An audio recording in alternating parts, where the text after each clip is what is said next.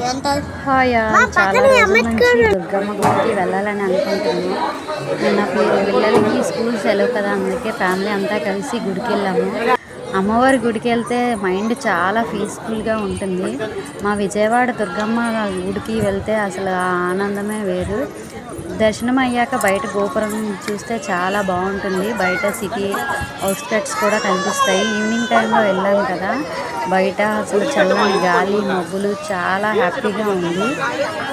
దర్శనం అయ్యాక పిల్లలతో కాసేపు టైం స్పెండ్ చేసాము. ఇలా టైం స్పెండ్ చేసిన తర్వాత మల్లికార్జున స్వామి గుడికి వెళ్ళాము. జై దుర్గా భవాని. Bye friends.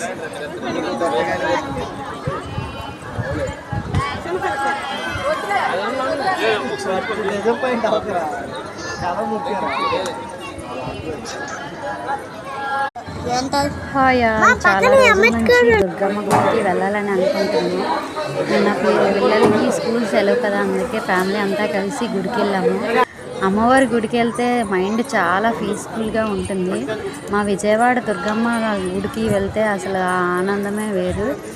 దర్శనం అయ్యాక బయట గోపురం చూస్తే చాలా బాగుంటుంది. బయట సిటీ అవుట్స్కట్స్ కూడా కనిపిస్తాయి. ఈవినింగ్ టైంలో వెళ్ళాం కదా, బయట అసలు చల్లని గాలి, మబ్బులు, చాలా హ్యాపీగా ఉంది.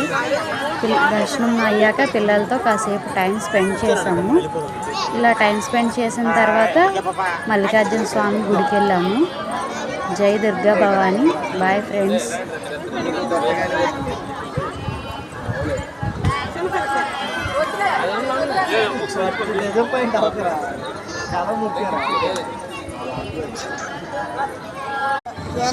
హాయ్ చాలా రోజుల నుంచి దుర్గమ్మ గుడికి వెళ్ళాలని అనుకుంటున్నాను.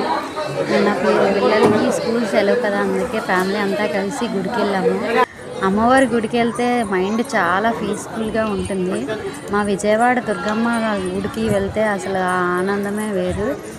దర్శనం అయ్యాక బయట గోపురం చూస్తే చాలా బాగుంటుంది. బయట సిటీ అవుట్స్కట్స్ కూడా కనిపిస్తాయి. ఈవినింగ్ టైంలో వెళ్ళాం కదా, బయట అసలు చల్లని గాలి, మబ్బులు, చాలా హ్యాపీగా ఉంది. దర్శనం అయ్యాక పిల్లలతో కాసేపు టైం స్పెండ్ చేసాము. ఇలా టైం స్పెండ్ చేసిన తర్వాత మల్లికార్జున స్వామి గుడికి వెళ్ళాము. జై దుర్గా భవాని. Bye friends.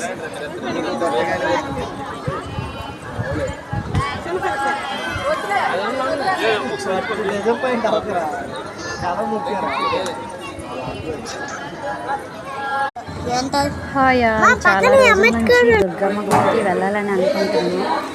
నా పిల్లలకి స్కూల్ సెలవు కదా, అందుకే ఫ్యామిలీ అంతా కలిసి గుడికి వెళ్ళాము. అమ్మవారి గుడికి